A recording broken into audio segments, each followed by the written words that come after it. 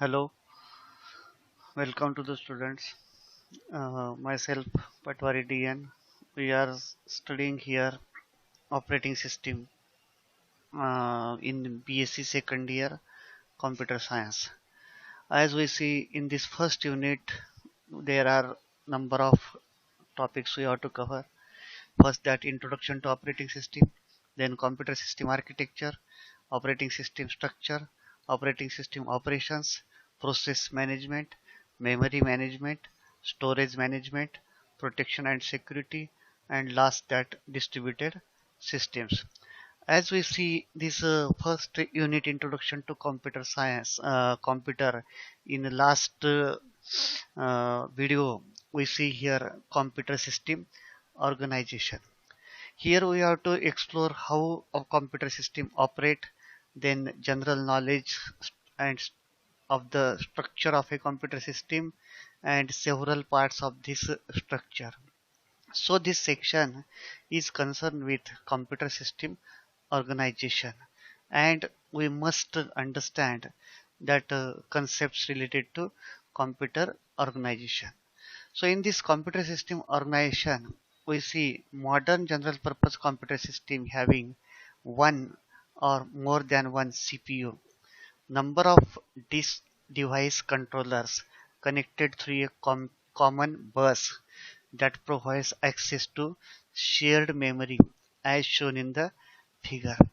Each device controller is in charge of specific type of device because devices may be disk, audio devices, video devices, printers, and so on. The CPU and the device controllers can execute in parallel and competing for memory cycles. So in order to ensure orderly access to the shared memory, a memory controller need to synchronize access to the memory. For example, a computer start running when it is powered up or rebooted, it need to have initial program to run, and this initial program is called bootstrap program. And this to be simple, it is stored within the computer hardware permanently, that in the read-only memory, that is ROM, or electrically erasable programmable read-only memory, that is EEPROM. In general term, this known as firmware. We see that there is term software, there is term hardware, and this is new term firmware. So it initializes all aspects of the system from the CPU register to the device controllers to the memory content. The bootstrap program must know how to load the operating system and how to start executing the system. So to accomplish this goal, bootstrap program must locate in the operating system's kernel and load it into the memory. So once kernel is loaded and executing, it can start providing services to the system as well as its users.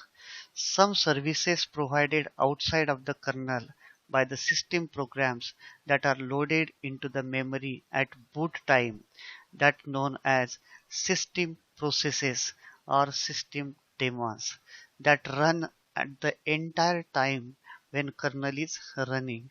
In multi-user, multitasking, multiprocessing operating system, that Unix, the first system process is called init and starts many other processes.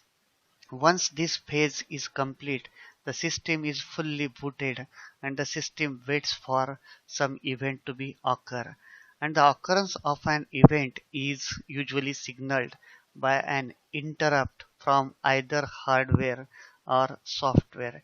Interrupt means stop working and making to perform some other task. Hardware may be triggered and interrupt at any time by sending signal to the CPU, usually by the way the system bus, or software may trigger by an interrupt executing special operation that also called as system call. So here this figure show you how CPU is connected to the memory or input output devices via some controllers. One as disk controller, then there is USB controller, then there is a graphics adapter.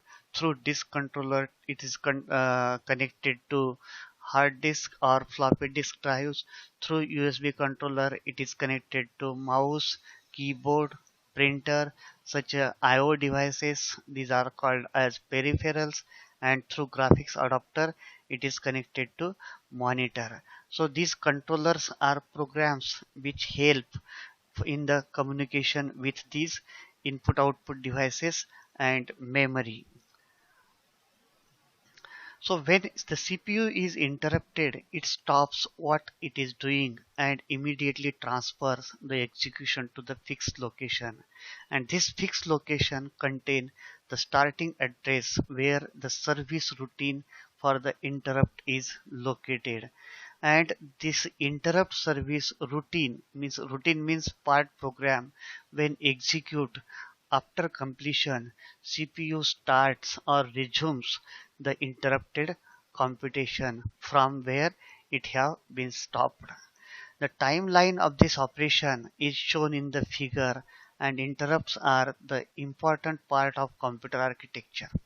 So each computer design has its own interrupt mechanism, but several functions are common. So the interrupt must be transfer control to the appropriate interrupt service routine.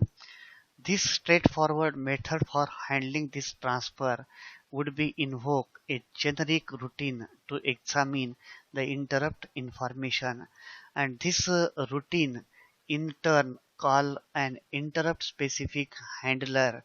Interrupts must be handled quickly since only predefined